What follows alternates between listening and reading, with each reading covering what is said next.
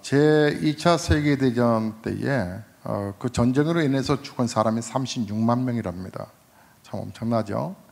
자, 그런데 그 가족들이 자녀를 군에 내보내고 염려하고 근심하고, 그리고 또 주변 국가에서 또 전쟁의 위협 속에 두려운 나머지 간접적으로 죽은 사람이 100만 명이랍니다. 그러니까 전쟁이 일어나기도 전에, 아니 전쟁을 당하기도 전에 또 전쟁을 내보냈던 부모 등등 해서 그냥 자연사가 100만 명이라는 거죠. 이것은 한 마을에 그 전염병으로 의해서 쑥대밭이 된 그런 지역에 관한 이야기의 통계가 있는데, 그것을 통계로 해보면 뭐 이해가 된다라는 생각이 듭니다. 예전에 우리나라에 사스라고 하는 이런 질병이 이렇게 유입이 돼서 그 질병으로 인해서 사람들이 정말 이렇게 전염이 되어서 많은 피해가 있었어요. 사람뿐만 아니라 이 조류 독감이라는 것이 있어서 또 새들이나 닭들, 오리들 이 부분에서 또 그 전염병이 우리는 모르는 그런 전염병이 퍼져서 또 수십 마리의 그 조류들을 다 폐사 처분했단 말이에요. 또 광우병이라고 하는 병이 있어서 그 병으로 인해서 소들을 정말 여기 우리 지역에 좀 지나가면 문봉이라고 하는 동네가 나와요. 문봉에 그 문봉 성결교회라고 하는 교회가 있는데, 그 교회는 바로 교회와 바로 축사가 같이 붙어 있어요. 이게 젖소들인데요. 저는 그 교회를 부득불하게 가게 되면 막 10분은 못 있겠어요. 그 거름 냄새 있잖아요. 막 정말 너무 힘든데, 그 목사님 어떻게 지내냐고 물어보면 전혀 못 느낀다는 거예요. 왜? 좋은데? 그래서 목사님이 35년간 목회하시고 은퇴하셨는데 이제 후임 목사님이 가셨어요. 그 목사님 한동안 미치는 줄 알았대요. 냄새 때문에 적응 아니라고. 너무 힘들더라는 거예요.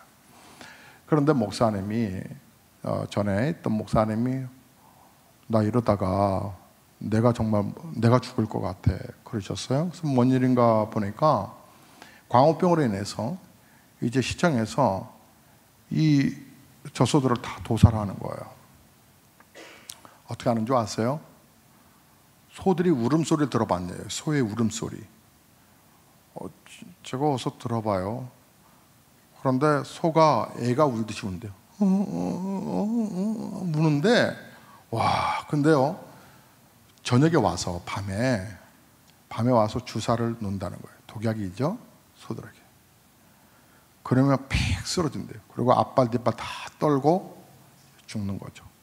그거를 포크레인이 와가지고 트럭에다 싣는 거예요. 축, 축, 축, 축. 그리고 밤새 이제 한적한 곳에 땅에다가 이제 그러니까 멀쩡한 소들을 이게 전염이 됐다 해서 이 전염 몇 킬로 전방에 있는 소들은 그냥 멀쩡한데 보기에는 그냥 소를 갖다 묻는 거예요. 밤새도록 이 소가 되게 많거든요, 젖소가. 그런데 그 소들이 밤새도록 다 그러니까 죽은 거죠. 이게 죽어간 거죠. 수십 대의 트럭들에 와서 다 싣고 덤프 트럭에 와서 이제 묻는 거죠.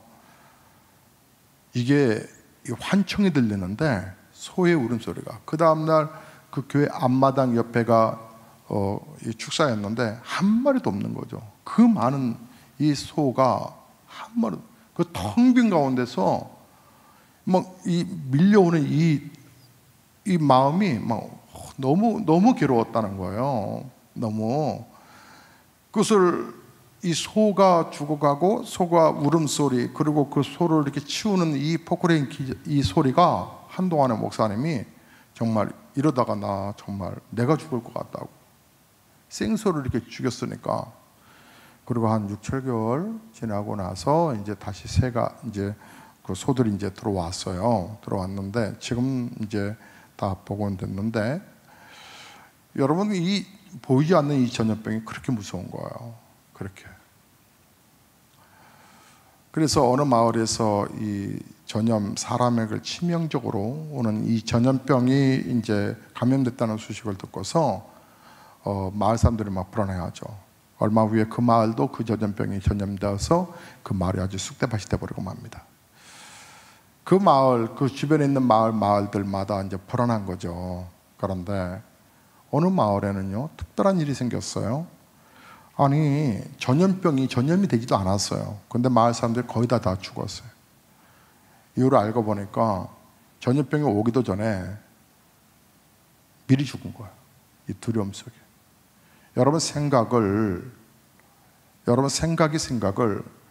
생각에 따라서 우리가 극단적인 행동을 하게 되잖아요. 생각은 아주 무서워요. 여러분, 그래서 생각을 바로 생각하지 않으면 그 생각을 마귀가 타고 들어와서 우리를 엄습하죠. 여러분, 지난 한 주 동안에 아마 좋은 일 얘기해 보세요 하면 특별하게 좋은 일보다는 속상하고 힘든 일들이 많으셨을 거예요. 근데 속상한 걸 계속적으로 여러분이 짊어지고 있잖아요. 그러면 그것이 염려가 되고, 그 염려라고 하는 것은 원어적인 부분에서 worry라고 하는 이 말의 뜻은 물어뜯어 죽인다라고 하는 뜻이 있거든요. 우리 그 생각, 그 염려가 우리를 물어뜯어 죽인다라고 하는 건데요, 이것이 깊은 스트레스와 더불어서 공황장애를 일으킨단 말이에요. 여러분은 각각 삶의 여러 가지 우리 형편들이 다 다르니까 여러 가지 일들을 경험하게 되죠. 그런데 그 걱정스러움, 그 염려라고 하는 부분들을 오늘 하나님께서는 정말 떨쳐버리기를 원하셔서 오늘 우리에게 이 메시지를 주셨는데, 왜냐하면 염려라고 하는 부분들은 성경에는 이 염려가 있다고, 염려를 한다고 해서 그 문제가, 예를 들어 키가 한 지 하나 더 자랄 수 있겠더냐, 염려한다고 키가 갑자기 자라니? 왜 염려하지 마. 이거 염려한다고 해서 문제가 해결되는 게 아니고 우리의 마음을 상하게 하고 육신을 상하게 하고 영혼을 상하게 할 거니까. 그러니까 우리가 힘들고 어려울 때 그때 어떻게 되느냐, 6절 말씀에 염려를 아무것도 염려하지 말고, 그러니까 염려거리 많은데 일단 내려놓자 말이에요. 내려놓자. 그리고 다만 모든 일에 기도와 간구로 너희 구할 것을 하나님께 아뢰라. 그러니까 너희 수고하고 무거운 짐진 자들아 다 내게로 오라 말씀하셨잖아요. 주님께로 오라, 내게로 좀 와봐 그러셨단 말이에요. 그러니까 염려덩어리를 가지고 주님 앞에 가자는 거예요. 그리고 여기 이제 중요한 얘기가 몇 가지가 나오는데, 아무것도 염려하지 말고 이렇게 시작을 한단 말이에요. 아무것도라고 하는 부분, 어떤 염려라든지 그 얘기겠죠. 여러분, 염려가 생각을 타고 들어오면 염려가 또 염려가 되고요, 그 염려가 점점 커져가요. 정말 커져가요. 그래서 숨을 못 쉴 정도로 버거워지죠. 그런데 왜 하나님께서 염려하지 말고 이 말씀을 하셨을까? 여러분, 메시지 설교 듣는 시간은요, 그 어떤 제자 훈련하고 성경 공부하는 것보다 정말 못지않게 중요합니다. 여러분을 치유하는 시간이니까 그래요.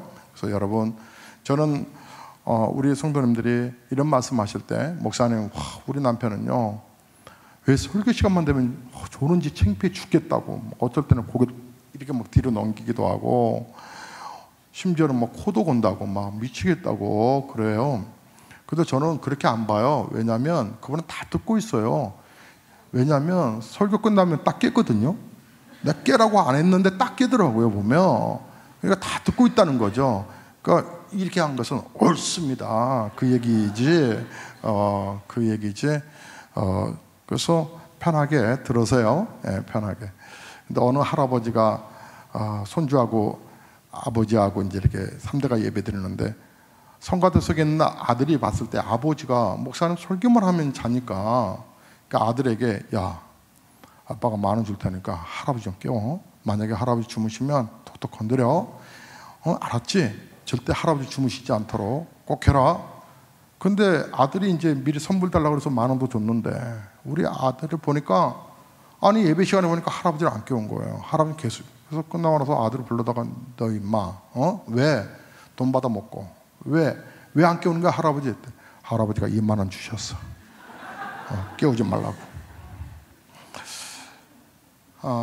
염려하지 마라. 염려한다고 그 문제가 해결되겠냐? 염려하지 마라. 만약에 우리가 염려하면 그것이 그러니까 우리로 하여금 문제가 해결되는 것이 아니라 더 버겁기 때문이다. 그 문제가 해결되는 것이 아니기 때문이다. 중요한 것은 뭐냐면 너희가 내 자녀가 아니냐. 내가 책임져 줄게. 염려하지 마. 내가 책임져 줄게. 그 얘기라는 거죠. 하나님 아버지를 믿는 우리니까 그 하나님께서 도와줄 걸 확신하자. 왜 그래? 내가 도와줄게. 염려하지 마. 그 얘기죠. 여러분, 부모는 자녀의 소리에 되게 예민해요. 그냥 지나가는 것 같지만 예민해요. 그렇지 않아요? 얘가 짜증내듯이 아니면 무슨 말을 하든지 간에 듣고서 스쳐가지 않아요. 다 듣고 있어요. 그리고 어떻게 하면 적절하게 얘를 도와줄까 그 생각을 하죠. 제가 2부 예배 끝나고 이제 3부 예배 드리기 전에 우리 학생들 예배가 2부 시간에 학생부실에서 따로 드리시잖아요. 애들이 끝나고 몇 명이 기도받으러 왔어요. 이제 개학하는 애들도 있고 또 개학이 또 이달 말에 한다고 하는 애도 있더라고요. 그래서 어떻게 별일 없니? 했더니 씩 웃어요. 자, 너희들 그 철들었다는 얘기가 뭔지 아냐? 했더니 빵긋 쳐다봐요. 철들었다는 얘기는 너가 있는 자리에서 너가 정말 공부를 성실하게 하는구나. 야, 부모들이 다 1등 되기를 원하는 줄 아냐? 부모는 1등을 한 명밖에 없다는 걸 알아. 근데 우리 자식이 1등 되는 게 원하는 게 아니라 우리 자식이 물론 1등 되면 좋겠지. 그러나 1등 된 거 원하는 게 아니라 최선을 다하는 걸 원하실 거야. 너가 열심히 공부하는데 실력이 안 늘면, 성적이 오르지 않으면 거기에서 속상하는 것이 바로 부모야. 부모가 속상한 거야. 그러나 너를 기특하게 본단다? 그런데 하지도 아니하고 너희들 그 비싼 학원 가서 말이야, 학원비 부모가 그렇게 만들어줬는데 학원을 땡땡이 친다거나 대충 그 수업 시간에 딴짓이나 한다거나 그러면 그게 바로 철이 안 든 증거야. 부모의 돈을 없인 여기는 거지, 마음을. 그리고 예배도 그렇다. 예배를 제대로 드리는 게 바로 철든 거야. 목사님이 너희들에서 기도할 테니까 너희도 그리고 철이 들잖아. 그럼 부모님 마음이 행복하단다. 그랬더니 애들이 씩 웃어요. 그래서 기도해주고 이제 간식을 주면서 한 주 동안에도 우리 열심히 살자 이렇게 얘기해 줬는데요. 우리가 신앙적인 철든다는 얘기가 뭘까요? 바로 하나님 마음을 알아간다는 거죠. 여러분, 자녀가 무슨 얘기를 하는 거 부모가 예민하게 듣듯이, 그리고 때가 되면 어떻게 도와줄까 생각하고 계획을 하듯이 하나님께서요, 아무것도 염려하지 마. 너희 모든 일에, 모든 것에 기도와 간구로 얘기해봐. 들어줄게. 말씀하셨어요. 그러므로 하나님의 자녀는 염려보다는 하나님을 좀 믿고 생활해야 한다는 것이죠. 마태복음 6장 25절에 목숨을 위하여 무엇을 먹을까 마실까 입을까 하지 마라. 이는 다 이방인들이 구하는 것이다. 그러니까 이방인이라는 거예요. 그러니까 하나님이 최소한의 기본적인 거 해결해 줄게. 먹을 거 마실 거 입을 거 너의 삶을 책임져 줄게 라고 말씀하셨거든요. 그래서 이사야서 41장 10절에도 두려워 말라. 내가 너와 함께함이니라. 놀라지 말라. 나는 내 하나님이 됨이니라. 내가 너를 굳세게 하리라. 내가 참으로 너를 도와주리라. 참으로 나의 의로운 손으로 도와줄 거다. 이렇게 말씀하셨거든요. 그 하나님을 믿는 거예요. 그래서 모든 염려를 다 주님께로 가져와서 수고하고 무거운 짐진 자들아 다 내게로 오라 말씀하셨거든요. 그래서 수고한 짐을 다 내려놓는 거예요. 그게 바로 우리의 신앙생활인 거예요. 자, 그래서 우리가 염려할 것이 만약에 있다면 그것을 하나님께 내려놓는 건데, 만약에 다 내려놓지 못한다, 그것은 사단에게 사로잡힌 증거다라는 거예요. 그래서 예배 시간은 다 내려놔요. 보따리 다 내려놓고 예배 끝나고 나서, 축도 끝나고 나서 또 다 싸가지고 가. 다 싸가지고. 마귀가 이렇게 말하죠. 내가 너와 영원히 함께 할 것이야. 그래서 이 근심, 걱정, 염려 동안에 또다시 다 싸가지고 간단 말이에요. 그러니까 마귀에게 속는 거죠. 우리가 신앙생활에서 여러분 하나님을 분명하게 믿으십시오. 철든 신앙돼야 되지 않겠어요? 하나님을 하나님으로 온전하게 인정하십시오. 여러분, 하나님께 맡기지 못한다고 하는 것은 하나님을 온전히 신뢰하지 못한다는 거 아니겠어요? 사단의 방법은 우리를 염려하게 하여서 우리의 믿음을 결국은 무너뜨리게 하는 거예요.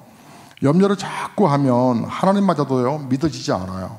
그래서 집사가요 하도 답답하면 전보로 간다잖아요. 참 안타까운 일이죠. 약속의 말씀이 믿어지지 않기 때문에 그래요. 저보고 목사님 어느 날짜에 결혼하면 좋겠냐고 이렇게 물어요. 어느 날짜에 결혼해야 우리 그 아들이 저 결혼식에 잘 살겠냐고 물어요. 어느 날짜겠어요? 박진우 권사님? 주일 피한 날, 주일은 예배 드려야 되니까 그 날짜 외에 모든 날은 다 축복의 날이에요. 요즘은 결혼식 밤에도 하대요. 평일에. 그것도 괜찮은 것 같아요. 어쨌든 여러분, 우리가 운명론에 자꾸 빠지면 안 돼요. 성경에요 우리에게 염려 덩어리가 있으면 가지고 와는데, 기도할 때 기도와 간구라고 그러잖아요. 간절히 기도하라는 말이거든요. 여러분 한 번 이렇게 쭉 내뱉는 게 아니라 간절하게. 여러분 가장 여러분에게 속마음을 털어놓을 수 있는 친구 있으세요? 자, 친구에게 도움을 요청하는 게 아니에요. 친구야, 내가 있잖아 이래해서 너무 마음이 상해, 너무 속상했어. 정말 너무 정말 갑갑해. 뭐 이런 얘기 저런 얘기 나눴는데 친한 친구가 이렇게 말하죠. 얼마나 힘들었니? 네가 힘든 거 보니 내 마음도 아프다. 근데 내가 너의 얘기를 듣다가 어떻게 하면 내가 너를 도울까 생각했는데 요거는 내가 요 정도는 도울 수 있을 것 같아. 아니야 그 얘기 하려는 게 아니야. 아니, 너와 나는 친구잖아. 그러니까 나는 너를 이렇게 돕고 싶어. 물론 나는 기도할 거야. 자, 친한 친구는 그 삶의 모든 문제도 함께 가잖아요. 함께. 근데 우리 하나님이 그러신 분이거든요. 아래라는 거예요. 아니, 아무리 가까운 친구라도 뭐 속을 얘기 안 하는데 어떻게 알아요? 어떻게 알아요? 너는 내 표정 보고 모르니? 참, 표정 보고 어떻게 알아요? 네가 힘들구나 그 정도밖에는 알지. 정확하게 어떻게 알아요? 교회에서도 목사님 저를 보고도 모르시대요? 아니, 제가 예수예요? 아니, 제가 어떻게 알아요? 몰라요. 마음으로 느끼는 것은 있지만 몰라요. 여러분, 말을 안 하면 몰라요. 하나님도요 인격이세요. 이렇게 말씀하셨죠. 너희가 내게 구하지 아니하는데 내가 어떻게 응답하겠느냐 그러셨어요.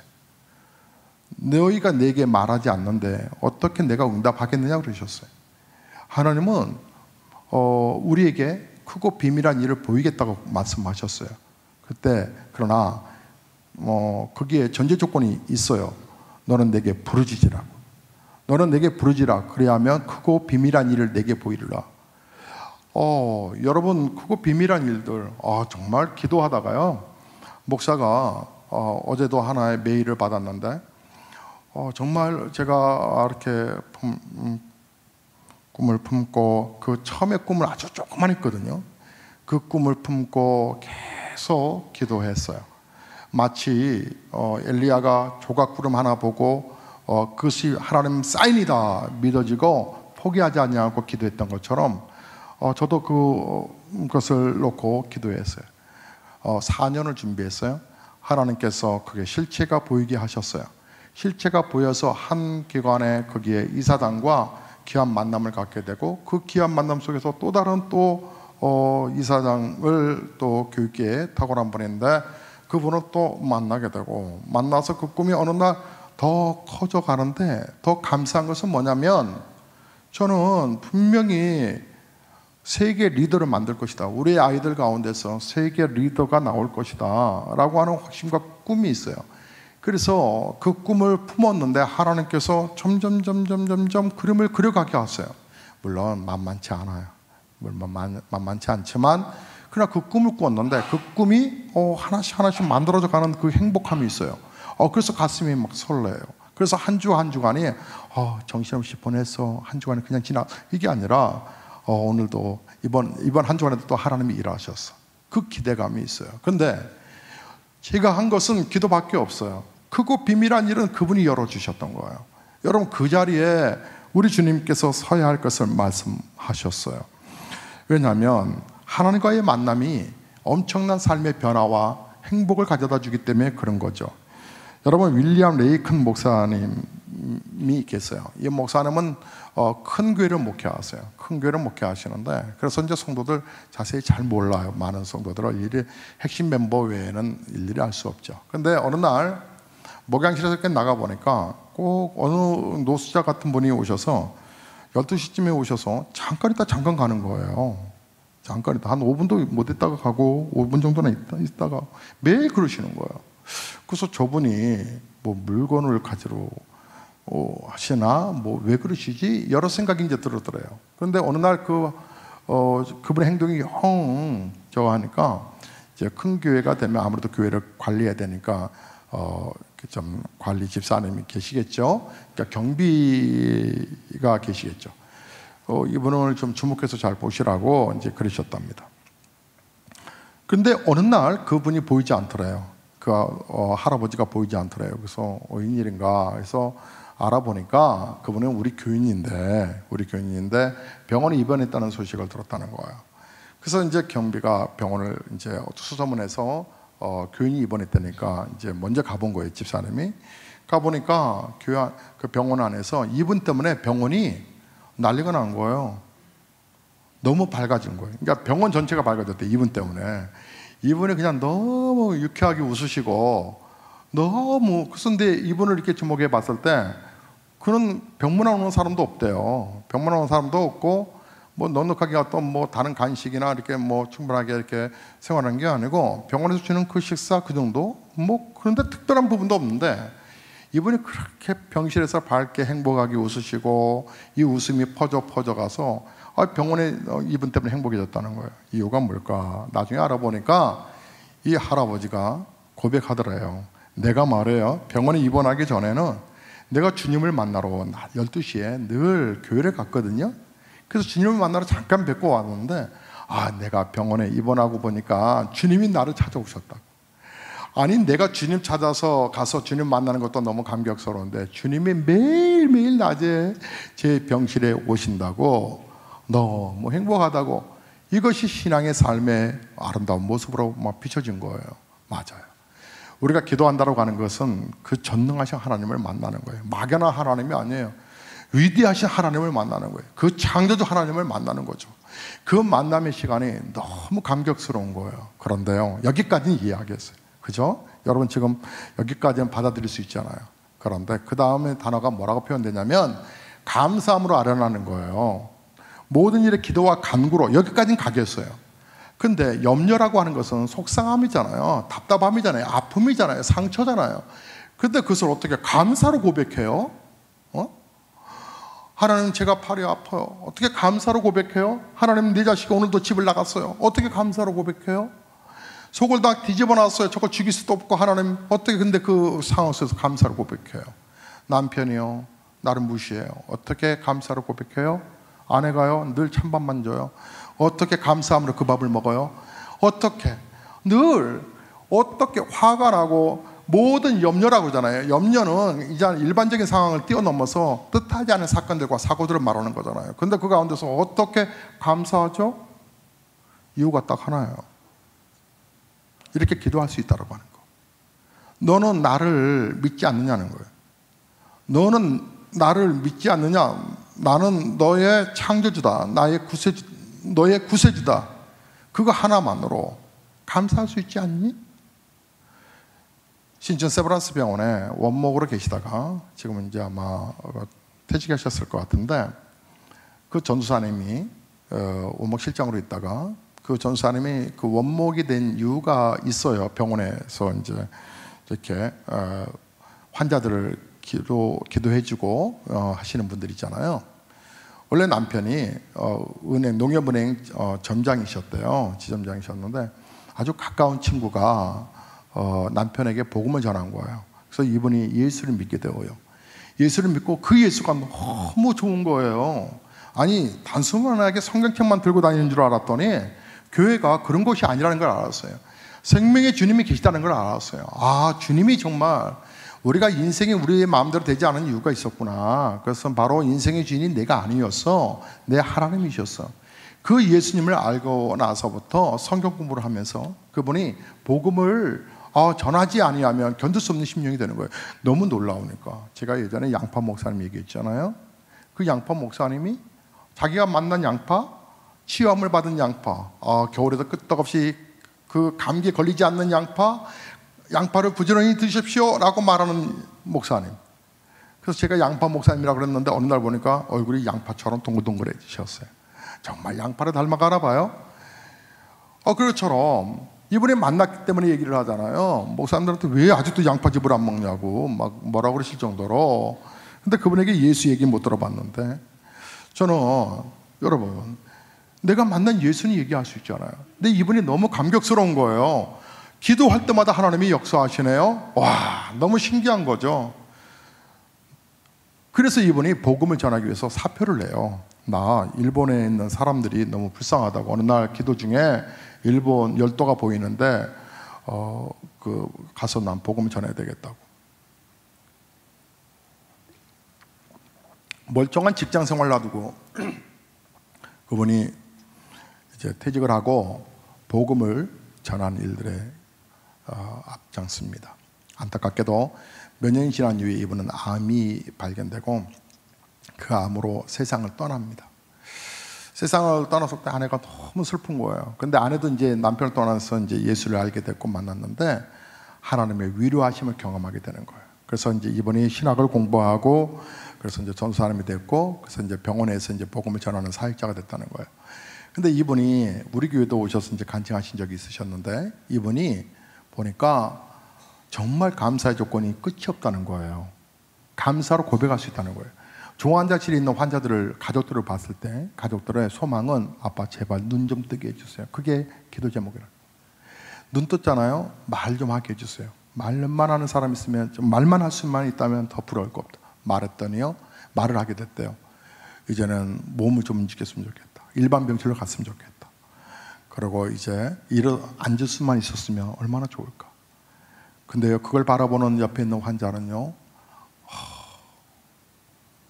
그러니까 옆에서 이렇게 이제 휠체어 타고 가는 모습을 보면서 정말 휠체어 앉아 있었으면 좋겠다. 휠체어 타고 가는 사람은요 목발 짚고 이렇게 화장실 가는 사람을 보고 목발만 짚었으면 있었으면 좋겠다. 스스로 몸만 움직일 수 있었으면 좋겠다. 각각 표현하는 표현에 그 정도만 돼도 난 너무 감사하겠어요. 생각해 보니까 감사는 각각 모든 처소에서 다 있다는 거죠. 근데 감사를 찾지 않는 경우 어느 여행자가 이제 열차 안에서요 이제 잠이 좀 들었대요. 근데 누군가 앞에서 이제 자기 앞좌석에 앉았다는 거예요. 근데 이제 눈 뜨고 싶지 않아서 이렇게 있는데 잠이 들려고 이렇게 하고 있는데 자꾸 와, 저 하늘 봐. 너무 푸르다. 또 이어서 계속 말이 이어지더라는 거예요. 와, 저 구름 봐봐. 구름이 어린 양, 또 엄마 양하고 같이 가네. 와, 저 뭉게구름. 와, 바다가 보인다. 바다가 너무 파란색. 물감을 막 뿌려놓은 것 같아. 뭐 말이 끝이 없다는 거예요. 나무, 저 나무, 저기는 과실수가 있네. 세상에 사과가 열렸어. 아직은 덜 익었구나. 그런데 와, 너무 아름답다 하면서 막 끝없이 제절되더라는 거예요. 그래서 화가 나가지고 신경질 나서 깊이 잠이 안 들어서 눈을 딱 떠보니까 이분 옆에는 한 부인이 남편이 눈을 감았다는 거예요. 장님이라는 거죠. 그러니까 아내가 끊임없이 나무가 어떻고 바다 물결이 어떻고 색깔이 어떻고 나무에 지나가는 나무가 어떻고 끝없이 얘기를 해주더라고요. 끝없이. 남편은 그 소리를 듣고서 옆에서 끄덕끄덕 자기가 잠이 들고 싶어서 잠깐 자고 싶어서 눈 감았던 눈도 깜깜한데 끝없이 이것을 평생 눈을 감고 있어야 될 그 남편과 그리고 끝없이 설명해주는 이 아내의 모습 속에서 내가 얼마나 감사한 조건을 갖고 있는 자인가를 깨닫게 됐다는 거죠. 여러분, 하나님께서 무엇보다도 우리의 상황이 아주 절박하다 할지라도 하나님은 놀라운 하나님이시거든요. 왜냐하면 그 감사로 고백하는 곳에 그리하면 이건 단서예요. 단서. 거기까지 가야 된다는 거예요. 7절에 뭐라고 말씀하시냐면, 그리하면 여러분 보신 그대로 뭐라고 그래요? 모든 지각에 뛰어난 하나님의 평강이, 지각에 뛰어나시다라고 하는 말씀을 하셨어요. 여러분, 우리가 생각하지 못했던 일들이 일어나요. 정말 그래요. 저는 좀 전에 말씀드린 것처럼 조그만 꿈을 꾸었어요. 근데 그 꿈이 이렇게 좀 더 실체로 메일로 들어오고 이런 실체가 될 줄이야, 저는 그런 분을 만날 거라고 생각도 못했어요. 아니, 어떤 여건이 준비가 안 됐으니까 그저 기도한 것뿐인데 그냥 만남을 갖게 되고, 이제 구체적인 어떤 자료적인 부분들을 저에게 메일로 보내겠다고, 그래서 메일로까지 확인을 하면서 제 생각 속에, 참, 제가 이걸 계획을 하고 갔으면 이 정도까지 못 갔을 텐데, 그저 나는 기도만 한 건데 그 모든 지각에 뛰어난 하나님의 평강이 역사하셨다라고 하는 고백밖에 할 수가 없어요. 좀 더 그림이 그려지면 그때 여러분 보여드릴게요. 자, 여러분, 창세기에서 2장을 보면 그 2장에 이런 말씀이 있어요. 2장 19절에 여호와 하나님이 흙으로 각종 들짐승과 공중의 각종 새를 지으시고 아담이 무엇이라고 부르나 보시려고 그것들을 그에게로 이끌어 가시니 아담이 각 생물을 부르는 것이 곧 그 이름이 되었더라 하셨어요. 여러분, 하늘의 새가요 얼마나 종류가 많은 줄 아세요? 여러분, 물가에 그 바닷가나 이 강가의 물고기들이요 종류가 얼마나 많은 줄 아세요? 여러분, 육축으로 기는 이런 짐승들의 종류가 얼마나 많은 줄 아세요? 근데 하나님께서 생물들을 다 아담이 어떻게 줬나? 그러니까 하나님이 만드셨잖아요, 아담을. 창세기서 2장은 아담이 죄를 짓기 전이에요. 하나님이 하나님의 형상을 따라 만드셨다. 하나님의 모습으로 인간을 만드셨다는 거예요, 지성도. 그래서 하나님께서 체크하는 거예요. 자, 내가 잘 만들었나 안 만들었나 한번 보자. 그리고 하나님께서 수많은 생물들을 쫙 데리고 아담에게 갔다는 거예요. 근데 아담이 얘기하는 거예요. 너는 독수리 되라. 독수리대. 머리카락이 없네. 대머리 독수. 너는 코가 끼네. 너는 코끼리. 너는 뭐하네. 짐승들을 다 이름 줬다는 거예요. 성경에 아주 간단하게 얘기해요. 아담이 각 생물을 부르는 것이 꼭 그 이름이 되었더라. 여러분, 이름 짓기가 얼마나 어려운데요. 얼마나 어려운데요. 여러분, 근데 부르는 것마다 그렇게 사람에게 뛰어난 머리를 주셨어요. 그런데 이게요 마귀가 다 사로잡아 버렸어요. 내 지성을 사로잡아서 마귀가 끄는 대로 세상 풍속에 따라 살아갈 거거든요. 그걸 몰라요. 마귀가 끄는 줄도 몰라요. 여러분, 결국은 마귀가 그 생각을 타고 들어와서 가론 유다가 예수님을 팔아먹을 생각을 넣었다고 그러잖아요. 그러고 나서 행동을 옮기는 거예요. 생각이, 지성이 행동을 움직이게 만들거든요. 마귀가 그렇게 만들어버렸어요. 하지만 원래 사람에게는 이러한 능력이 있었다고요. 이러한 능력이 죄로 인해서 차단됐던 걸, 그것을 만드신 하나님이면 얼마나 위대하시겠어요. 얼마나 위대하시겠어요.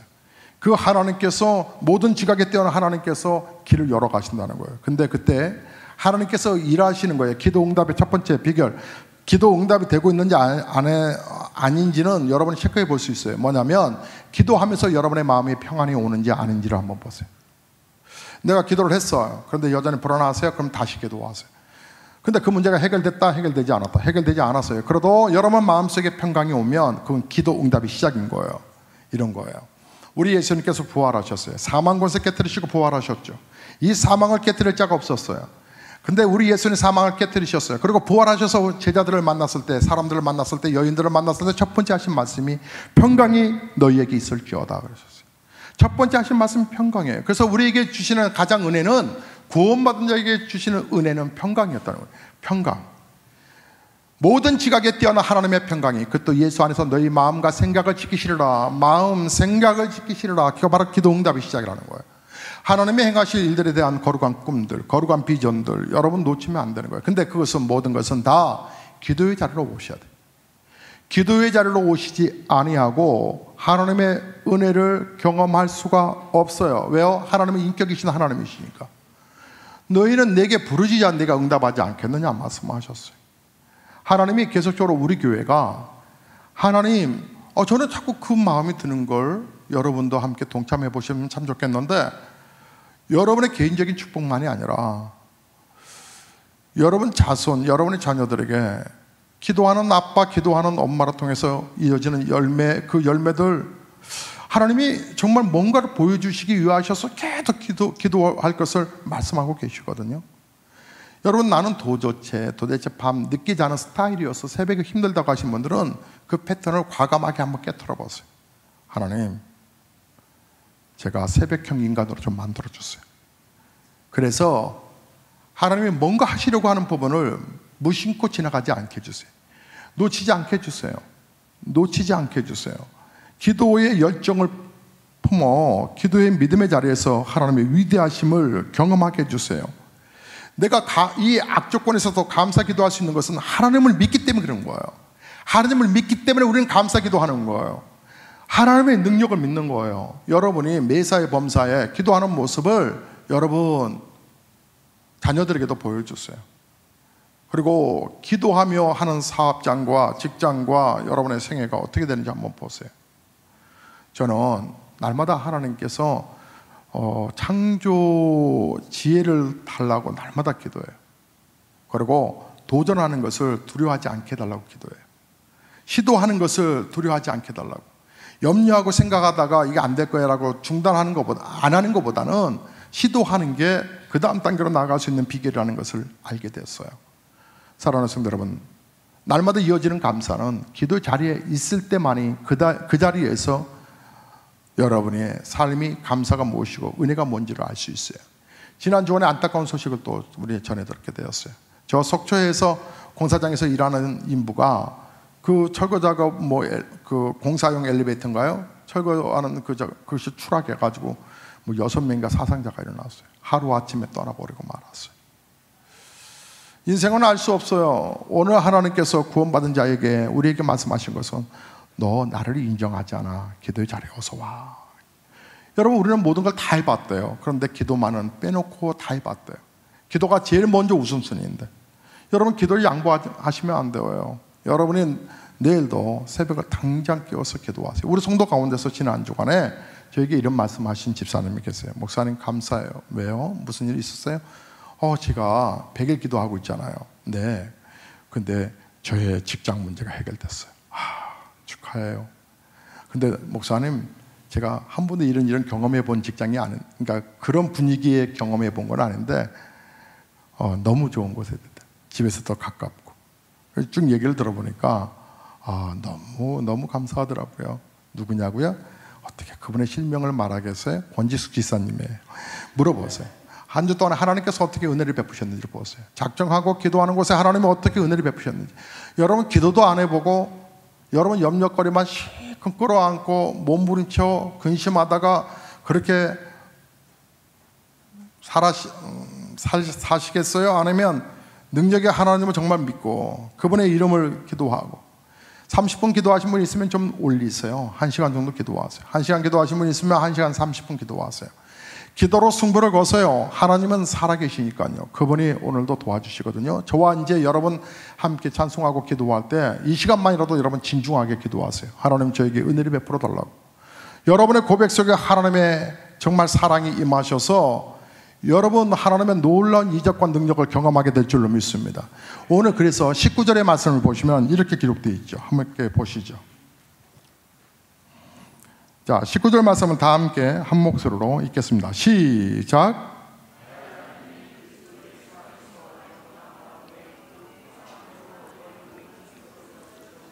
아멘. 네. 예수 안에서요. 너희가 내 이름으로 기도했냐? 모든 연도도 맡겼냐? 기도했냐? 예수 안에서. 그렇다면 그 풍성한 대로 너희 모든 쓸 것을 채우라. 모든 염려가 모든 쓸 것으로 바꿔. 모든 아픔이 모든 것으로 회복될 수 있는 역전의 드라마를 시키시는 하나님. 그 하나님을 믿기 때문에 여러분 11절의 말씀을 보면 바울은 내가 궁핍함으로 말하는 것이 아니라 어떤 형편에서도 나는 자족하는 것을 배웠노니 나는 비천에 처할 줄도 알고 풍부에 처할 줄도 알아 모든 일 곧 배부름과 배고픔과 풍부와 궁핍에도 처할 줄 아는 일체의 비결을 배웠노라. 내게 능력 주신 자 안에서 내가 모든 것을 할 수 있느니라.